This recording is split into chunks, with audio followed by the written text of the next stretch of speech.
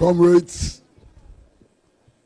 we are here today to make it plain, to make a very, very loud declaration that we stand with the people of Niger, Burkina Faso, and Mali, and there's no shaking. We are here today to proclaim loudly that the Akufo-Addos and Ouattaras do not speak for us. They speak for themselves and the imperial masters. We speak for ourselves. And we say loudly today that our stand is with the people in the Sahel who have formed the Alliance of Sahel States. That's where we stand. All these leaders, without exception, all of them, troop to their countries to go and support them in self-correlation. All of them. But when the people reject the neo-colonial order, when the people decide that there should be no foreign military bases on African soil, they come together and they want to fight. They don't fight for our salvation. They don't fight for our ability to grow our own food. They don't fight for our ability to educate their people on the basis of our own culture, on the basis of our own history, and so on. They fight to retain French control over Niger. They fight to retain French control over Burkina Faso and over Mali. They will never succeed. We will not allow them to succeed.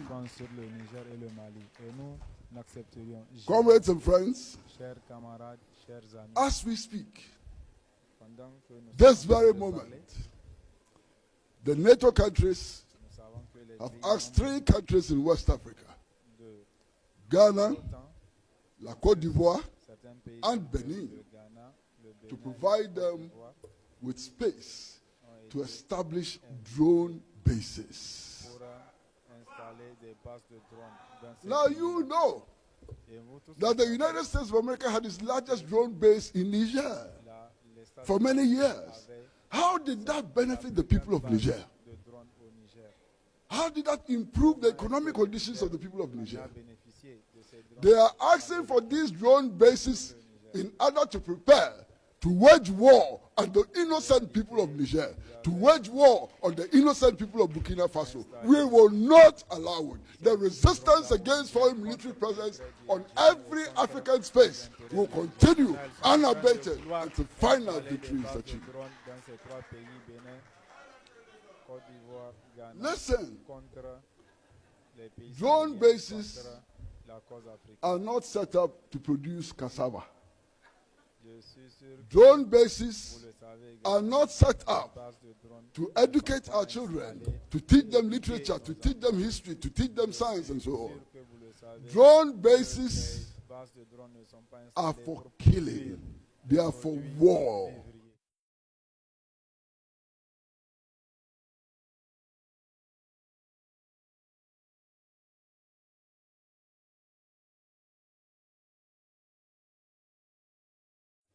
Our need now is to make sure that our people have access to potable water. Our need now is to make sure that we defeat these senseless jihadists that they support. That is our need. Our need is to use the resources we get from the exploitation of our gold, from the exploitation of our diamonds, from the exploitation of uranium and so on, to build that new Africa in which every citizen is entitled to clean water, to build that new Africa in which every child can go to school, to build that new Africa in which everybody who can work will have a job. That is our responsibility. And it is because of this responsibility that we insist on waging a full-scale agitation, struggle, and protest against the erection of foreign military bases on African soil. Comrades and friends, I come from Ghana. I come from Nana Addo Dankwa Akufo-Addo's Ghana. And I have seen the type of military cooperation agreement that they have signed with the United States of America. Under this agreement, when U.S. soldiers come into our country and they kill the people of Ghana, you cannot take them to court. Under this agreement, when U.S. soldiers come to Ghana and they destroy the property of the Ghanaian people, we cannot take them to court. Under this agreement, U.S. soldiers, when they come to Ghana for operations, use our frequencies for free. Under this agreement, U.S. soldiers can walk in and out of Ghana as if they are walking in and out of their bedrooms. They don't need even passports to enter Ghana. Under this agreement, we have given them 1 out of 3 terminals of our airport for their operations. This must stop. This must stop. And it will only stop if we mobilize ourselves and if we continue to resist and if we continue to show solidarity with those who are achieving victory in these areas. You, the people of Niger, under the leadership, your current leadership, have managed to dismantle those military bases in your country. And we salute you. And we will learn from it. And we will do the same. You are showing us the way. I recall that on 6 March 1957, when Osadefo Dr. Kwame Nkrumah declared the independence of Ghana, he made a profound statement. He said to the world that the independence of Ghana is meaningless unless it is linked up with the total liberation of Africa. Today, we stand here in this beautiful city of Niamey, the capital of Niger, and we make a similar declaration. The patriotic revolutions in Niger, Burkina Faso, and Mali will be meaningless unless they are linked with the total liberation of the African continent from the clutches of neocolonialism. Those revolutions will be absolutely meaningless if it doesn't lead to the realization of the aspirations which were expressed in the final resolution of the 5th Congress of the Pan-African Movement in Manchester. And that is why we stand shoulder to shoulder with you. We stand shoulder to shoulder with you because our destinies are linked. Our destinies are inseparable. We will die together or live together. And I believe that we will live together rather than die together. We will live together in victory.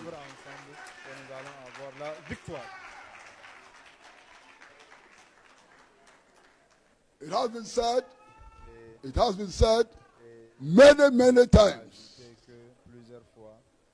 that injustice anywhere is a threat to all people and so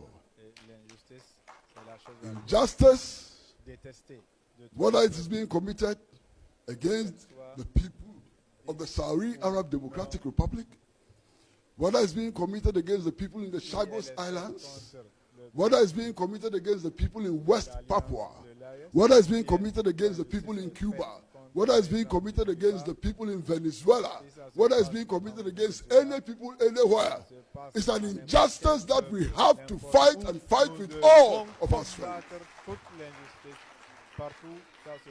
So today, from this very platform, we proclaim our commitment to ending the genocide in Gaza. And we must make it clear that genocide will not be ended by countries like the United States of America.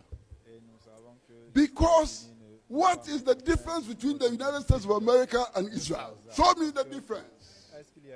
All of this are settler colonial apartheid regimes.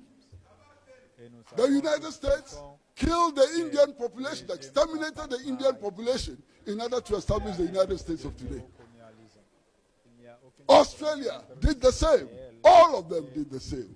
How do you expect them to condemn themselves and to act against themselves? It is impossible. Victory would not come to Palestine. It will not come to Gaza because the United States wants it. Victory will come to Palestine because we stand shoulder to shoulder with the Palestinian people and we fight to the very end. We fight for victory. That is how victory will come. Victory would not come to the people of the Saudi Arab Democratic Republic because the United States wanted, it has never wanted liberation of any country. So that is our task. Comrades and friends, the path to African unity is straight. The path to African unity is very clear. The path to African unity is certain. It is a path of resistance against oppression in all its forms. It is the path of resistance against oppression, whether it expresses itself as colonial domination or racism. It is the path to freedom.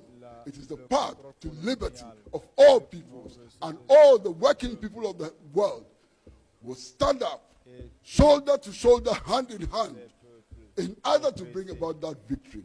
That victory is inevitable. It is coming. It will come, and we will defeat them.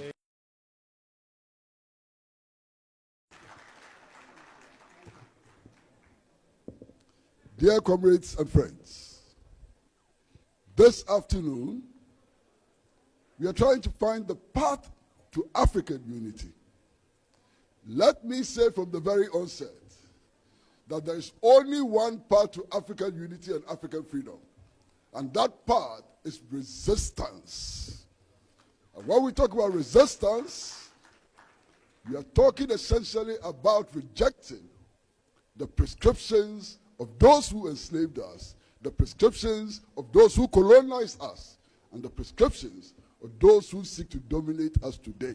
That prescriptions are dangerous for our health, they are dangerous for nation building, and dangerous for that rising Africa which will hold its hold in this world. What are the prescriptions they put before us? We have been told time and again that if we want to develop, we have to copy France. We have been told time and again that if we want to develop, we have to copy Britain. We have to copy Germany. We have to copy the United States of America. But that option is simply not available to us, and we have to stop the daydreaming. That option is not available to us because the process of accumulation, which led to the current state of development of the Western countries, involved enslaving other people. It involved the transatlantic slave trade. It involved colonizing other people. And it involves today's new colonial exploitation. I'd like to pose this question. Those of us in this room, if we are to follow the example of France, which people can we capture today as slaves to work for us without pay for hundreds of years? That option is simply closed. If you are to follow the example of Britain today, which people are we going to colonize? Which people are we going to colonize if you are to follow the example of Britain? That option is also closed. If you are to follow France, whose people are we going to get and insist that they place all of their foreign reserves in a central bank? That option is also closed. There's only one option before us as African people and as peoples of the world fighting to liberate themselves from capitalism. And that option is self-reliant development in cooperation with other countries like us, other countries which are victims of capitalism and which are victims of imperialism. That is the only option available to us.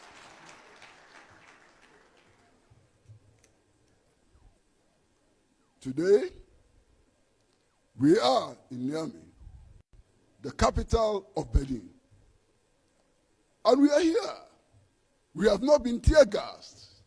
We have not been arrested by the police. As a matter of fact, the government, led by Brigadier General Chiani, has made it possible by placing excellent facilities at disposal to think about Africa, to act about Africa, and to move forward together. We cannot be against people and organizations who stand with us. We cannot do that simply because some people are fixated on some forms of government. We are being told that this is a military regime. And because it's a military regime, we have to fight it. We are being told that we are not in the era of multi-party democracy and therefore hell must break loose. Comrades and friends, look at those who are talking to us. Look at them. Look at what they do. You all know that the United States of America is dominated by two political parties. No matter who wins, they will invade Iraq. No matter who wins, they will bomb Afghanistan to us. No matter who wins, they will impose sanctions on Cuba. No matter who wins, they will supply weapons for the genocide which is being committed in Gaza. Those are not two parties. That's a one-party state with two faces. They should stop lecturing us about multi-party democracy. They have told us. And because some soldiers are in charge, we need to fight them. My goodness. Comrades, our soldiers are of every country. Soldiers are part of the citizens of every country. They have a right to participate in the governance of our countries. They have a right to be citizens. And that must be made absolutely clear. In any case, who started the phenomena of coup d'etats in Africa?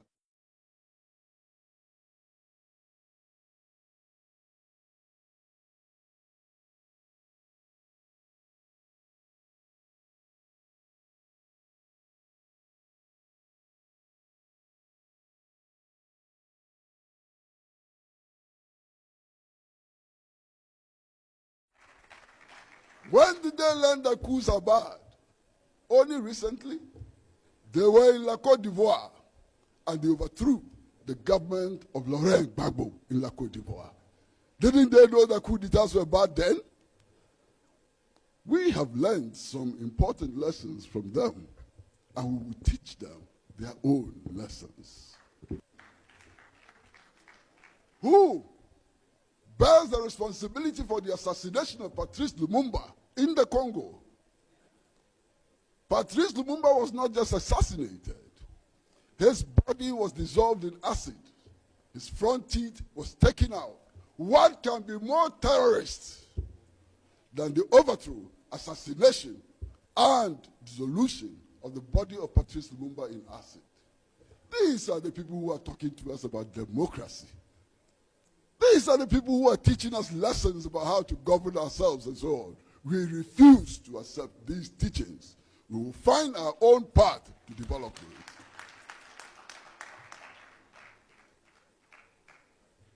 Comrades, we have been told that in this world today, when you run into crisis, you run to Washington. And you go to the International Monetary Fund, and you go to the World Bank, and they tell you how to get out of crisis.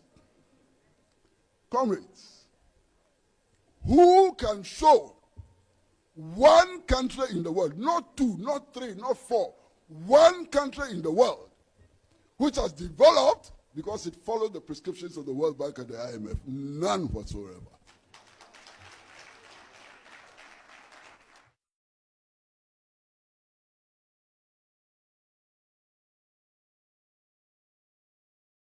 18 times since 1966. 18 times since 1966.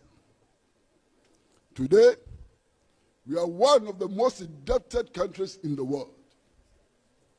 Today, we need 128% of total national revenue to service debt, pay our debt, and to pay public sector salaries.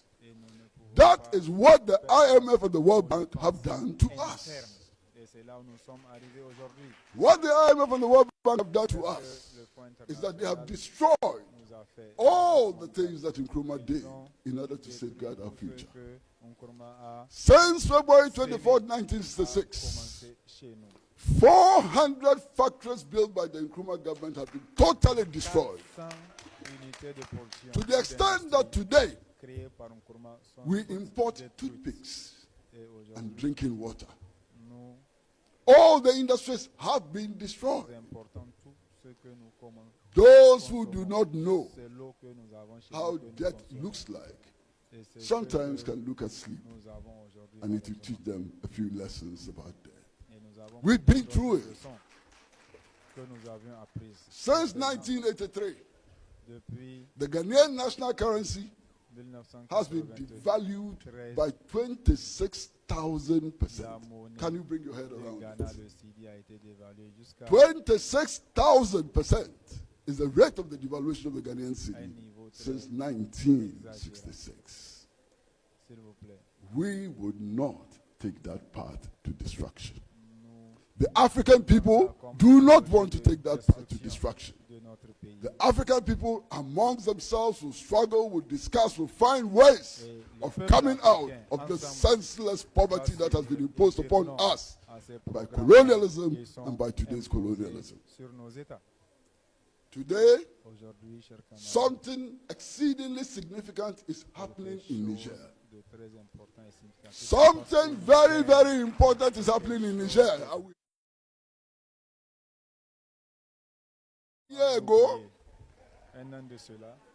1 year ago, Niger was one of the 4 poorest countries in the world. Today, Niger is the fastest growing economy in the world. Something is happening.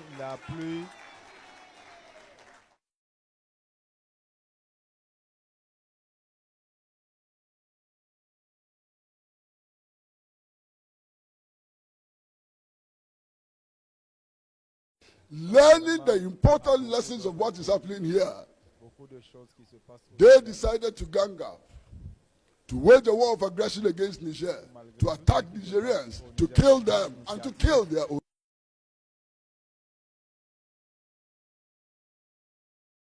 It would never happen. And even if it happens, they will fail for sure. It would not happen because the progressive and revolutionary forces in these countries are not asleep. And we are working day and night to prevent them from waging a senseless war on Niger. It would never happen. It is significant that even the Parliament of Nigeria, which is not known for its revolutionary acumen, voted against Nigeria participating in a senseless war in Niger.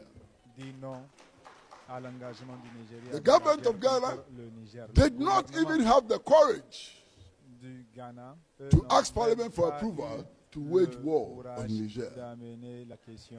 We know that they did not do it because they know the consequences which will be visited upon them by the progressive forces in their countries. And I'd like to assure you, nobody would attack Niger. And if they do attack Niger, all of us will be in the trenches fighting against them until final victory is achieved. Comrades and friends, we need not read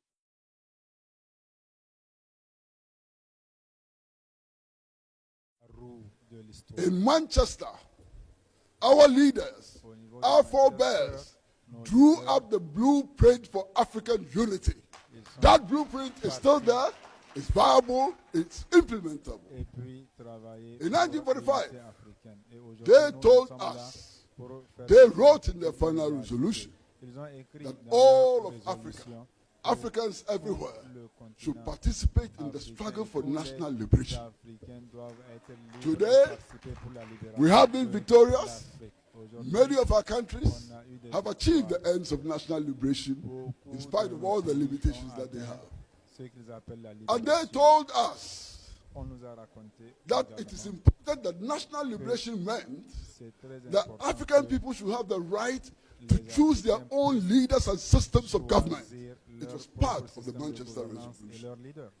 And they told us that we need to work for a situation where the Africans own their resources and exploited these resources for their own benefit. And they that Africa must unite. And Africa must unite under the banner of scientific socialism.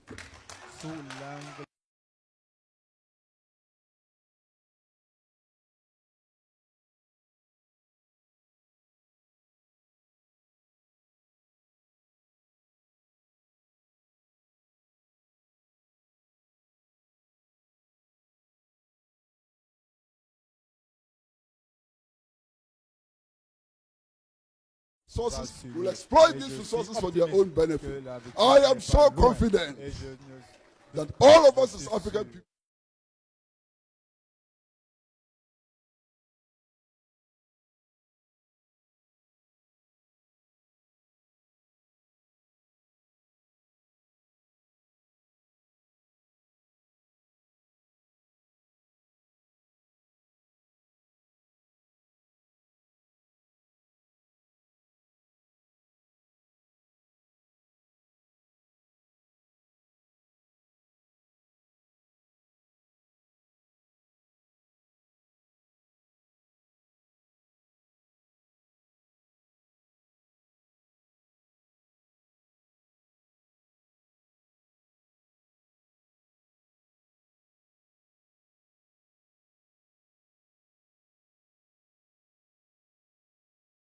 these organizations have failed to achieve the objectives which Nkrumah, Modibo Keita, and Sekou Touré set for us in the 1960s.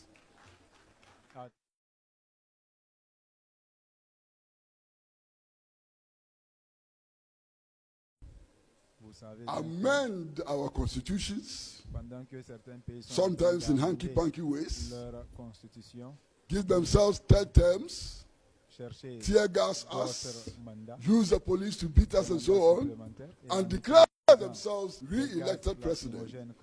Thank you.